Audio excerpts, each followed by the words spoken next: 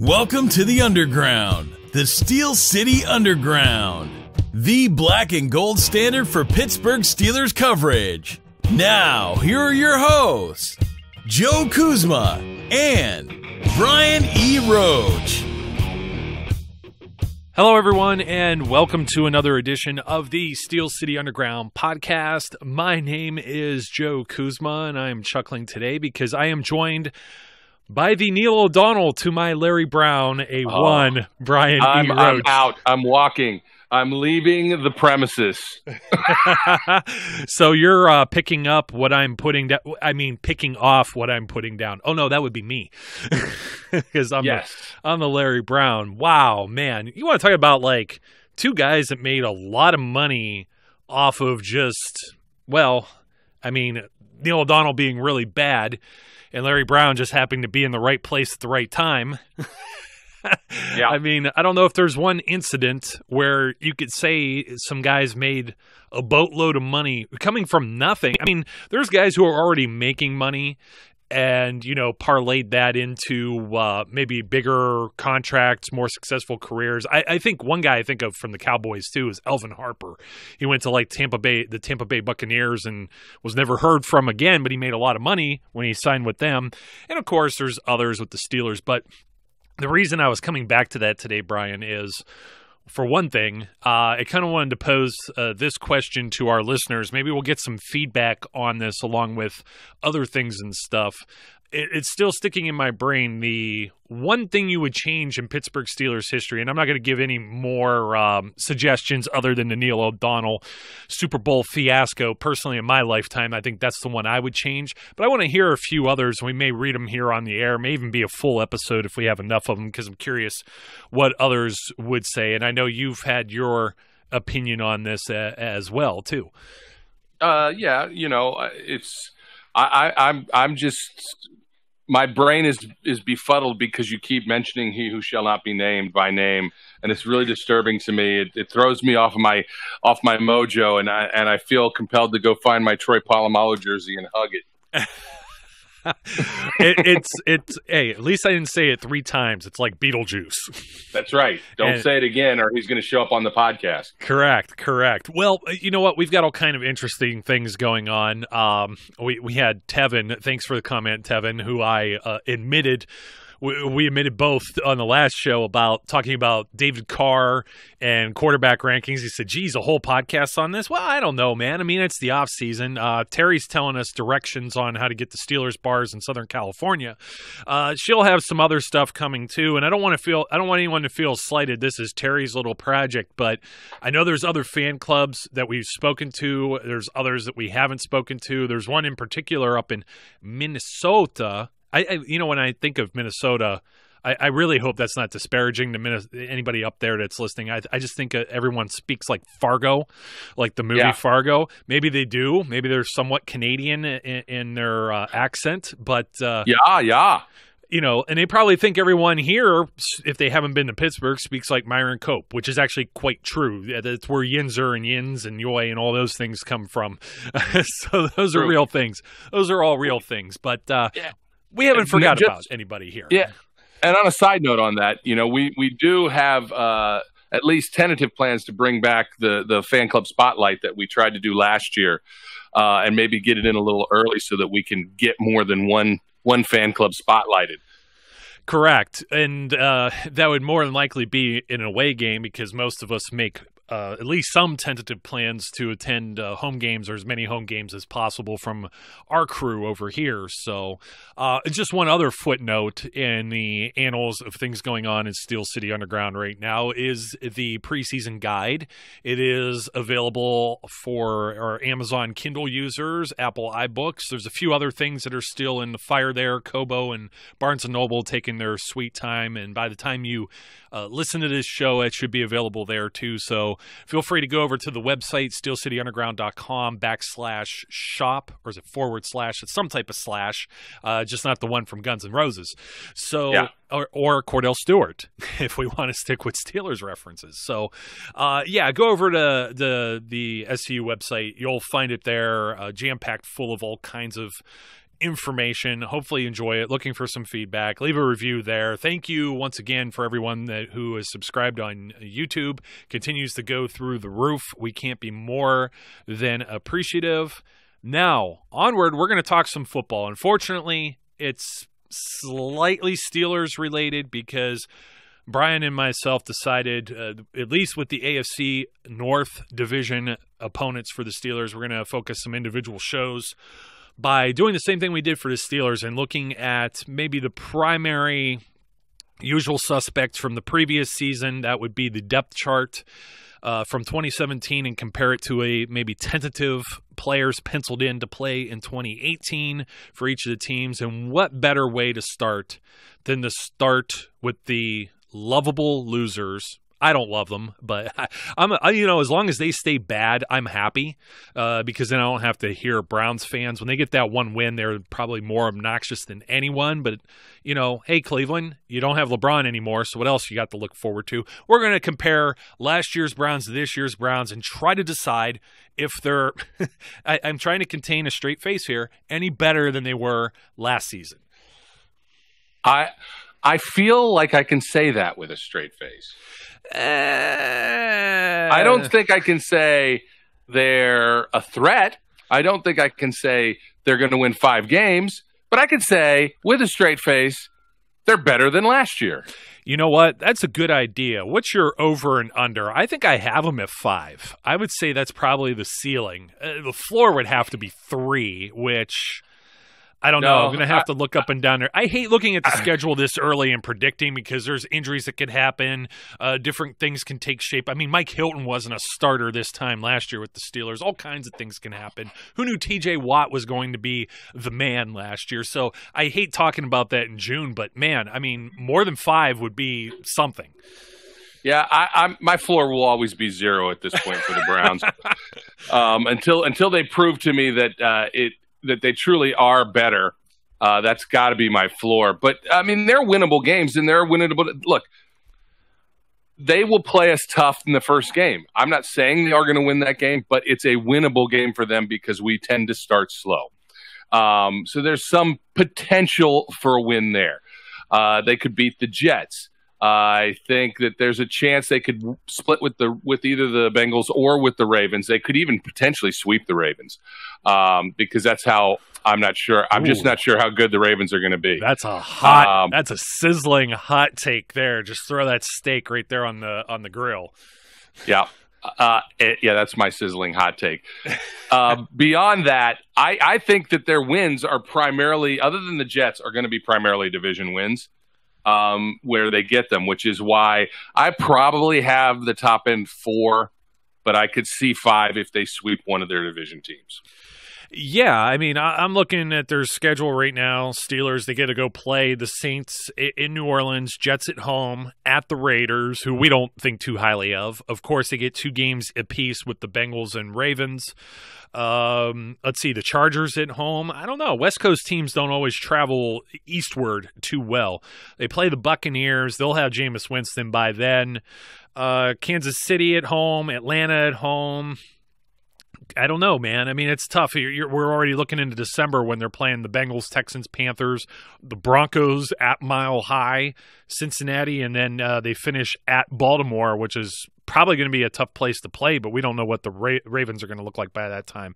But alas, our what you want to say exercise today is to look back at the Browns. Now, it's interesting to say that the Browns have made some moves once again. It's just like a fluid depth chart. We're looking at this roster. We can't even I know I have these, and we're looking right now. We have like columns and a sheet and trying to compare last year to this year, which is very difficult with Cleveland.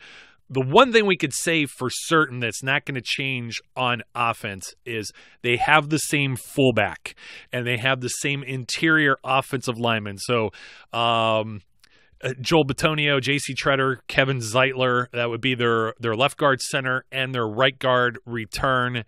And Dan Vitale, Is their fullback. I don't even know how much a fullback's utilized in their offense or will be utilized with Todd Haley there now. So you kind of have to take that with a grain of salt. Then it's all bets are off. Let's look at the other offensive lineman first, because they get Chris Hubbard now, who is going to replace Sean Coleman. Now, I know you remember the show we did a year ago where Pro Football Focus was they were cheerleading for this group as the second best offensive line heading into the season, with Sean Coleman as their right tackle. Now, Sean Coleman is going to go and move over to the left for future Hall of Famer Joe Thomas, and Chris Hubbard, who was our backup, who didn't even play tackle, now is projected to be a 16-game type of guy. You could throw Greg Robinson in here, former first-round pick, who has, I don't think there's much tread left on his tires, but another team is going to try and give it a go and see if they could get something out of this guy. We could do the buying and selling. I'm not necessarily buying that the Browns' offensive line is better than last year's version when you look at the edge protectors especially. Yes. Here's the bottom line. You take Joe Thomas out of a line, that line's not going to be better. No, that is the bottom line. It's not going to be better. That's the bottom line. Sean Coleman could become a very serviceable left tackle. I don't know that that's the case. As we talked about when we talked about Chris Hubbard as a loss for the Steelers, playing a full game and under a different coach than Mike Munchak, I don't know what Chris Hubbard's going to be. Or a full season, not a full game. But, we'll see. Those are two questionable ends, and they happen to bookend that offensive line. So if you don't get the performance out of Sean Coleman and Chris Hubbard that you're hoping for, well, it's hard to say they're going to be better. It's really hard. I'm with you. I'm on the downside on this one. It's going to be tough sledding for everyone else that we name on the offense going forward if this offensive line isn't prepared, isn't solid. Let's discuss one thing here. Last season, hold on a second. I think I pulled up the 2016 Browns because I saw 7 different quarterbacks playing.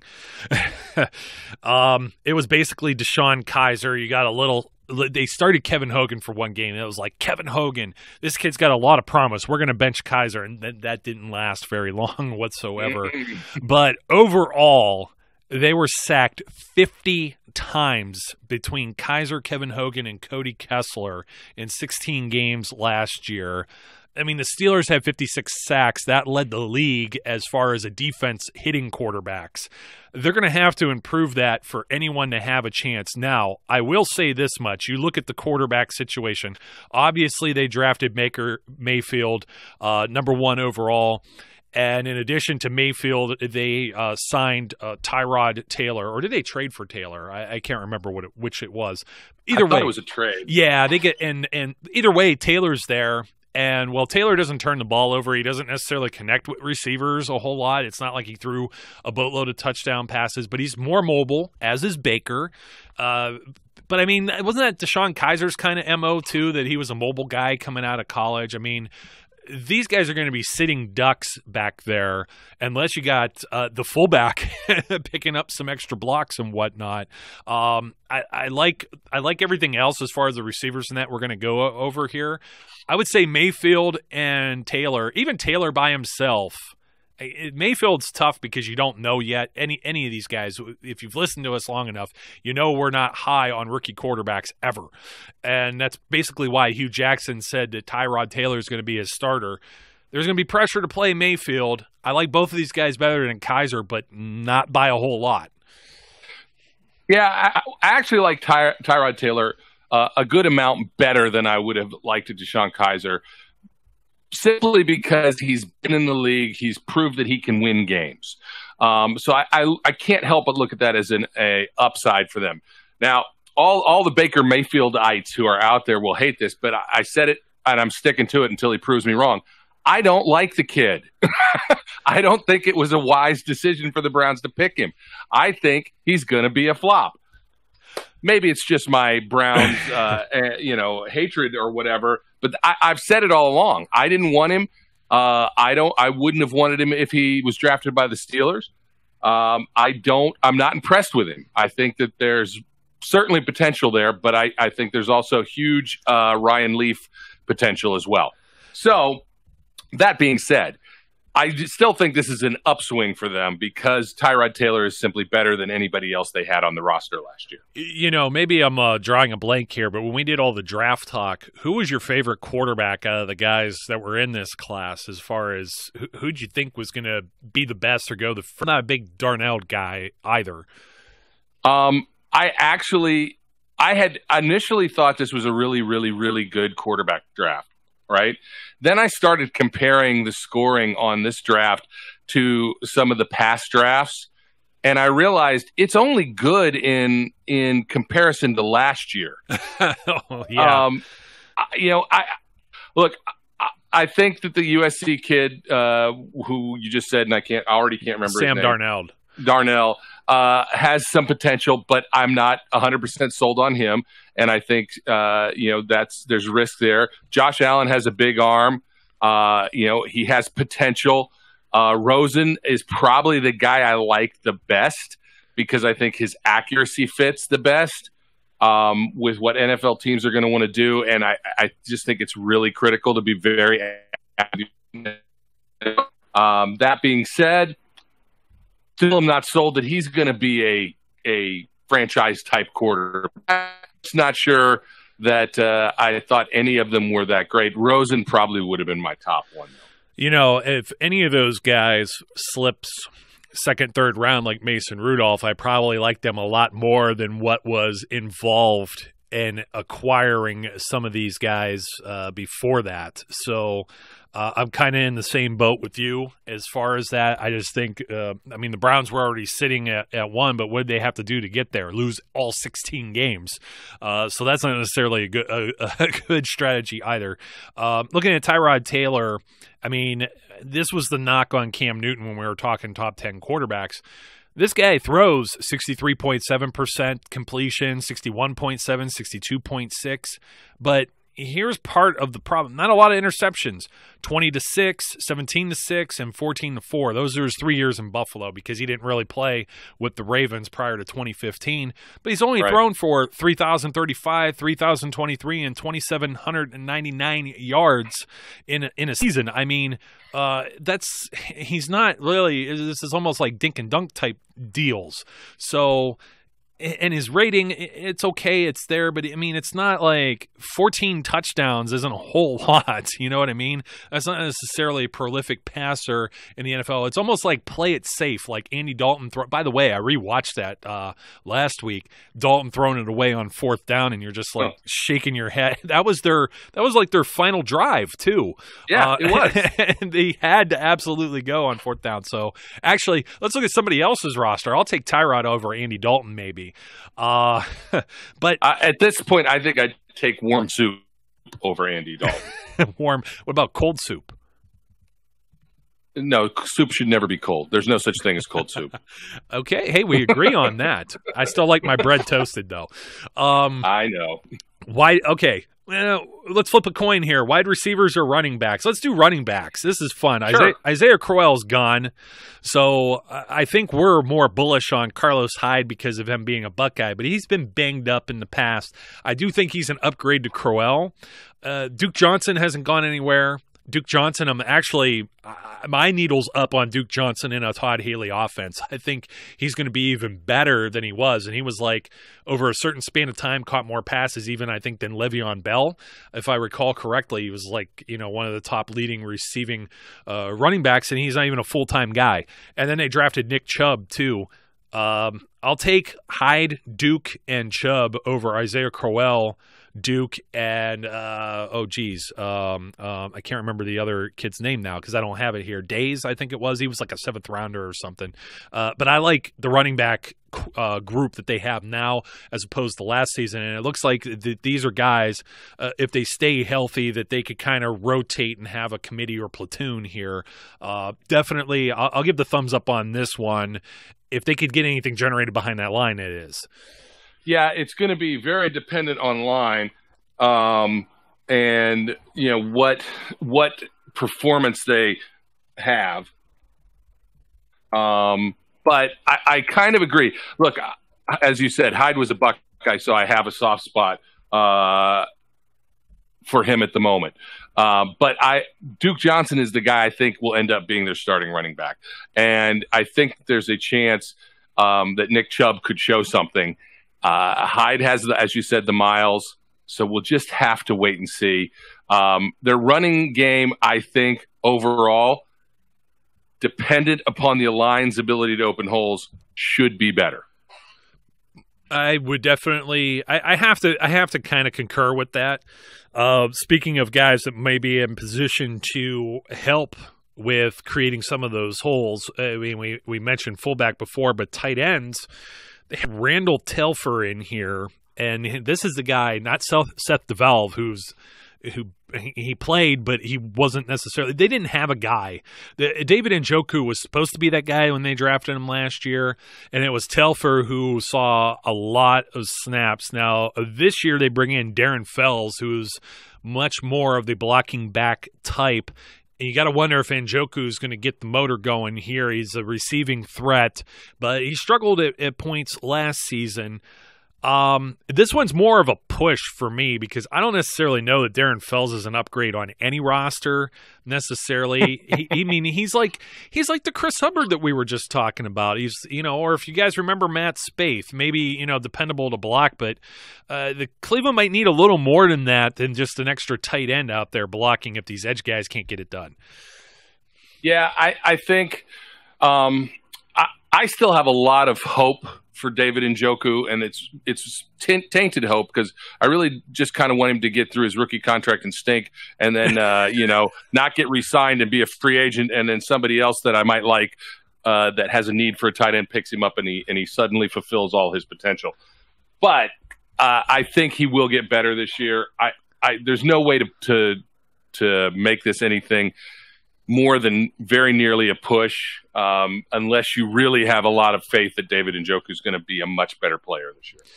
I mean, you look at Njoku, 32 catches, 386 yards, 4 touchdowns. Seth DeValve, 33 for 395 and a TD. It's just like these guys couldn't decide who to put out there. And I know Corey, we're going to talk wide receivers here in a second. Corey Coleman was out there. You had Josh Gordon a little bit too, but Josh Gordon had 335 yards on about almost half as many catches, and the 2 TDs also. Or am I reading it right? Yeah. I'm 1 touchdown for Josh Gordon. I'm getting him mixed up. Well, let's go into the wide receivers. Kenny Britt. Yep. Kenny Britt was the man going into last year, and we all scoffed and laughed at it. And before that, it was Dwayne Bowe, who I started nicknaming Dwayne Blow. The guy never even got out there. The Browns traded for Sammy Coates. He disappeared. I don't think he did anything. Let me see. I still got the receivers up here as long as I'm looking. Where is Sammy Coates on this list? Oh, he caught 6 passes for 70 yards on 11 targets. That sounds about like Sammy. He's no longer there. Corey Coleman, who I liked, but Corey Coleman, 23 catches last year, 305 yards. He was basically non-existent. Now, I know some of that is Deshaun Kaiser, Kevin Hogan, those guys gone. You got to hope that Tyrod Taylor can maybe push it down the field a little more. Now, I think having Josh Gordon for a full season, because they didn't. He came back. He played 5 games of the 16, so he missed 11 games before he was reinstated. That's a significant upgrade. We saw the way he looks. We even made jokes about whether or not he's on PEDs already because he's jacked. If his mind's focused, he could be good. Corey Coleman's Corey Coleman, but Corey Coleman's he's gonna move around a little bit. I think Josh Gordon's gonna go over to the left side. Coleman's gonna go over to the right, and they're gonna put Jarvis Landry in the slot, which could create some potential matchup issues. Landry is definitely an all-pro type talent. The problem is that I know he got it done with the Dolphins, but I'm going to give them a little more of an edge with like a Ryan Tannehill, or they had like Kenny Stills or somebody on the other side of the field that helps stretch some of this stuff. And I don't know what to expect to Jarvis Landry just based on previous free agent flops of guys who got paid and came to Cleveland and were just nobodies. But I will say as a whole, on paper right now, and they still have Ricardo Lewis, who was like their third, fourth wide receiver last year, and they picked up Jeff Janis from the Packers, who, I don't know, he's going to struggle to make this roster. But this group is better than last year's group just based on they had Kenny Britt and Sammy Coates. Yeah, there's no question. Of the groups that they have on offense, the one that's the most improved is the receiving core. Josh Gordon can be an elite receiver if he's right. He's as you said, he's a scary looking guy right now, specimen wise. And he has the talent, he has the speed. And I don't think Jarvis Landry has played with anybody as good as Josh Gordon can be. Now, Josh Gordon still has to prove it. He has to show that he's back and is able to. He had flashes during the 5 games he was there last year. If there's a part of their offense that worries me more this year than any other part, it's the receiving core. They're going to test us. They're going to push down the field. Tyrod Taylor will be able to throw the ball better than I think anybody that they had throwing the ball last year. It's their passing game is overall, I believe, going to be improved, and the receiving core is just, there's no question. It's a upgrade just by saying Josh Gordon's going to be there for all 16 games and knowing Kenny Britt and Sammy Coates are gone. Anybody else they put in is likely to be an upgrade. Remember when everyone freaked out? Kenny Britt was picked up off waivers by the Patriots, and it's just like, you just roll your eyes, you know what I mean? Yeah. Yeah, I think I'm more curious how any of this fits into Todd Haley's complex system, which took an extra year for Big Ben to get moving. And I'm just curious how not only the quarterbacks get a grasp of this playbook, but also the receivers and get on the same page. It'll be interesting to see. So the offense trending up, I think, from last year total. Defense. Now, this is where it gets interesting because you got a guy like Myles Garrett who should be a world beater. He returns. Trayvon Coley is one of the tackles. Danny Shelton has been he was jettisoned. So a third-round pick from the previous year, Larry Ogunjobi, is taking his spot. And then you got Emmanuel Ziggy Agba on the other end. And Agba is probably the reason why they didn't try and take like the other Chubb that the Broncos ended up getting. That would have been very scary. So instead they go with, we'll be mentioning the Ohio State product here in a second too. So 3 of the 4 guys, this is looking better than offense. I mean, you got a few return, like 6 guys on offense returning. Defense has a little bit more of the front 7. We'll just go all the way through the linebackers too, because all these guys are returning. You got Jamie Collins, who was that big trade a couple of years ago with the Patriots, Joe Schobert and Christian Kirksey, and those guys are pretty stout as it is. And they added Michael Kendricks, who was released from the Philadelphia Eagles. So when you look at that whole front 7, I think even though they're mostly the same as they were last year, they weren't bad last year with Greg Williams. They add Kendricks to it, and Danny Shelton, who was another one of these underperforming first-round top picks by the Browns, is gone for another guy who may be just as capable, trending up on that too. Yeah, I mean, we said it oftentimes last year. The defense was no joke then. They're not going to be a joke defense this year. This is a potential top 10, top 5 even defense. You've got Jabril Peppers being, a year in the league, giving their defensive group a better chance to figure out how to use him. You add Denzel Ward as a great cornerback. This is a group that could overperform finally and make it tough. It'll depend, of course, on how well their offense supports them. If they're going to be on the field all the time, then they're going to get tired and they're going to get worn down, just like any other defense.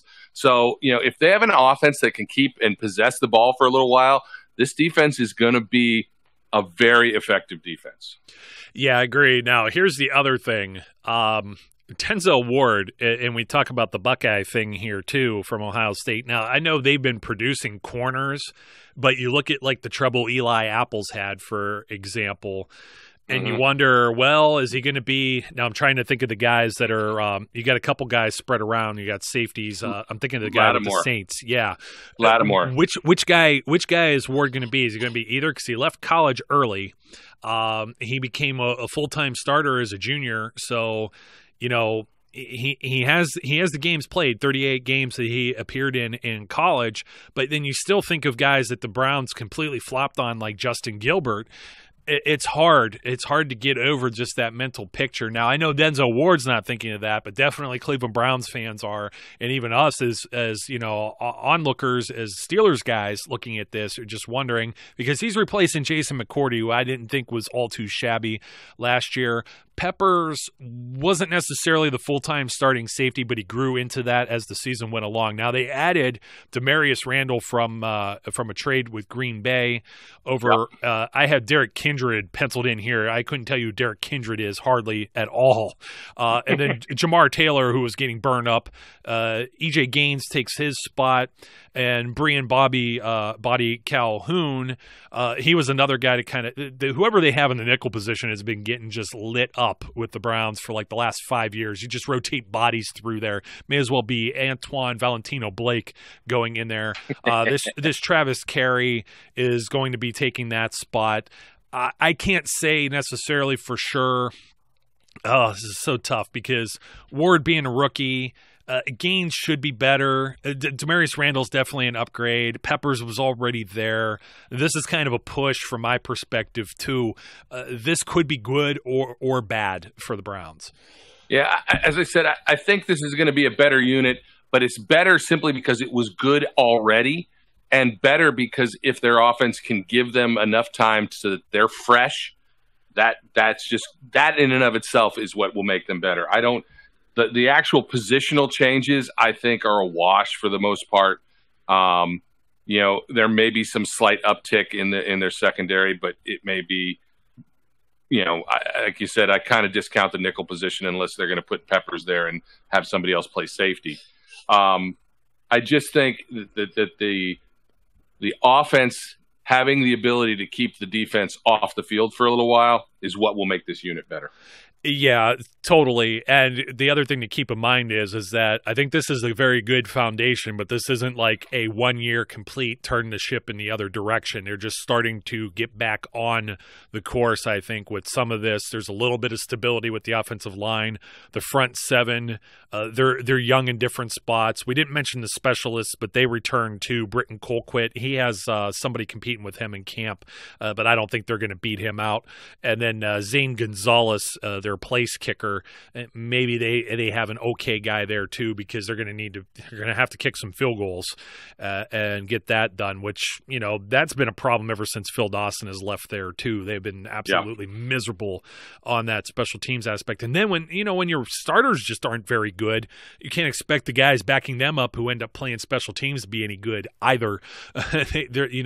So it's kind of like a give and take on both sides of the ball. That's the reason I feel that their ceiling is 5, the over-under's 5. Like you said, maybe 2 or 3 games in the division that they could win. I mean, there's even the potential to defeat the Steelers. As much as I hate to say that, the AFC North games are always kind of close to the vest. I mean, the Ravens had our number for many a years before last season, finally getting them. We've owned the Bengals for how long? I mean, anything is kind of possible in that regard. I mean, and then obviously owning the Browns. You kind of get used to that. I think you get in kind of a lull of expecting a certain thing with a team. And I think the biggest takeaway from this is that the Browns are a different team headed into 2018 and should be for the better, because you can't get any worse than losing 0 games. True. Losing every game, winning 0 games. Losing every game, winning 0 games. Yes. I expect the Steelers to sweep them. I don't expect them to beat the Steelers. I think the Steelers are clearly a better and more talented team with certainly more experience. But the Steelers have had a slow start tendency. So I'll say if they're going to win one, it's probably the first game. It's not going to surprise me to see this team sweep the Bengals and sweep the Ravens, though. Because I have a little more faith in this group than I do in either of those, based on off-season changes and whatnot, which we'll see. This is the Steelers' division this year, I think, barring injury, knock on wood. It just is. I don't see more than one playoff team coming out of the division, and that's Pittsburgh.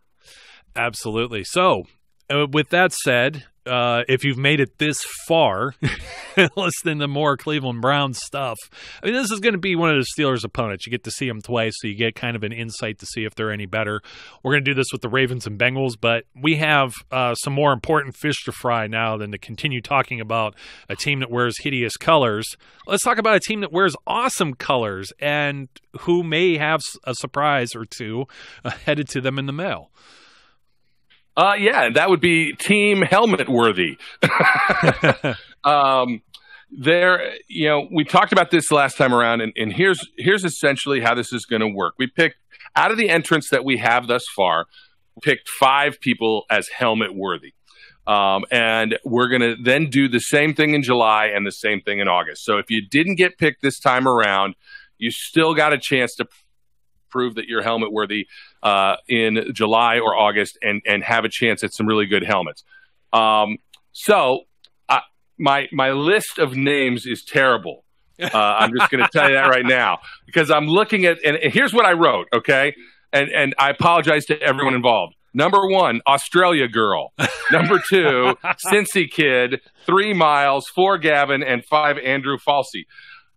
I'm sorry, Australia girl. Because yeah. I poorly wrote down your name, and Cincinnati, I did the same thing. The young woman from Australia, I think her name is Adelaide or Adelaide. I don't know whether it's her dad or someone else. Peter Underwood is the gentleman. Adelaide, I think is her name, is the gentleman who nominated her. Posted a very cute video on Twitter.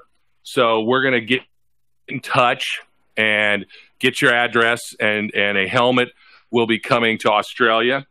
The young man from Cincinnati who stole our hearts by telling us that there's no professional football team in Cincinnati. That was, I think his name's Spencer. By the way, Spencer. I didn't have any of this in front of me, folks, because I thought Brian had it all, and now he has terrible notes. So I apologize. I had terrible notes. And I think Adelaide is actually the city in Australia, if I'm not mistaken. If I have that wrong, I'm sorry as well. I'm just going off of memory here, but I feel bad. I feel even worse if I didn't mention that, and Brian was 100% wrong. So at least one of us is wrong and the other's right. Yeah, Peter's tweet says this is Adelaide from Australia. Okay. So I'm assuming that's her name, but doesn't mean I'm right. And then apparently there also is a town called Adelaide. So yeah, I think it is. It's Spencer is from Cincinnati. He's getting one. Gavin, stop jumping up and down and screaming. You're getting a helmet, we promise. And or keep jumping up and down and screaming, and Dad video it and post it. And then the last two are a gentleman named Miles who nominated his children, 2 of his youngest children, and I'm going to see what I can do to manage to get one for each of them. And then Andrew Falsey, who also put in a nice nomination. Now, here's what we want you guys to do. When these show up, we're going to get in touch with you, get addresses. When these show up, we would like you to video the kid opening the helmet. That's what we'd like to have happen. Because if you don't have Twitter and you can't tweet it at us, that's fine. Get it to us some other way, the same way Miles did. Get us to us on Facebook. Email the video to us. But we want to be able to share these out. Especially for the gentleman who inspired all this. His name is Jim. I'm not going to give you his last name. But, Jim, email me again because I got to get in touch with you about some other stuff. Anyway, go ahead and let us get him so that he can see the joy on these kids' faces because it's his inspiration that started this all. And that was the reason he wanted to do it. So congratulations to the 5 people who have been deemed by our illustrious panel of people who some who paid attention and some who didn't as helmet worthy. Yes. And we'll do this again at the end of July. Yes. Let me read. I brought up Spencer's winning submission here. We didn't read it all the last time because we were up against it for time. And since we're going to cover the Bengals the next time we do the depth chart deal, I think this is a good way to leave off and let's wait for the next time you and I get together, because I know Terry's got yet another Steelers bar thing coming too.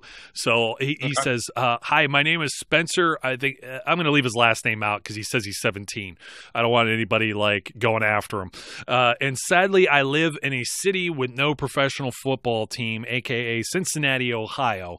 I was born and raised with a black and gold spoon in my mouth and swaddled in a terrible towel. Unfortunately, he should write for the website, don't you think? Absolutely. Unfortunately, I have only ever attended one Steelers game in my lifetime, for which I had to venture to Detroit. And at this game, I was lucky enough to be held in the arms of the great Jerome Bettis. I am jealous. A little bit. Yeah. Attending Steelers games in Cincinnati is risky business because the harassment is unbearable. I know. I've done it. I believe I am helmet worthy because I eat, sleep, and breathe the Pittsburgh Steelers. I do this in a town in which loving the Steelers comes with a price, and that is very outspoken hatred of the black and gold. I believe that a helmet could protect me from the abuse I would suffer while waltzing into Paul Brown Stadium wearing a classic Bumblebee jersey. All jokes aside, this is why I believe I am helmet worthy. Thank you for the time, and go Steelers, with a little Bumblebee emoji sent from his iPhone. Spencer. Yes. That was awesome, Spencer. And all the rest of them were awesome as well. We'll try to read some more because I loved Miles too. He got us like a video, and I think he gave us permission after to post it. I hadn't had a chance yet because of the holidays. Yep. The holiday weekend, kind of double holiday weekend, a holiday sandwich with the 4th of July in the middle of the week. I'm exhausted, Brian. So with that said, yeah. I think we should let everyone go. Don't forget about the preview guide. Don't forget about #HelmetWorthy. Both are on the website. Till next time, be safe, be good, and we'll catch you later. We would like to thank you for listening and remind our listeners to follow us on social media and our website, www.steelcityunderground.com.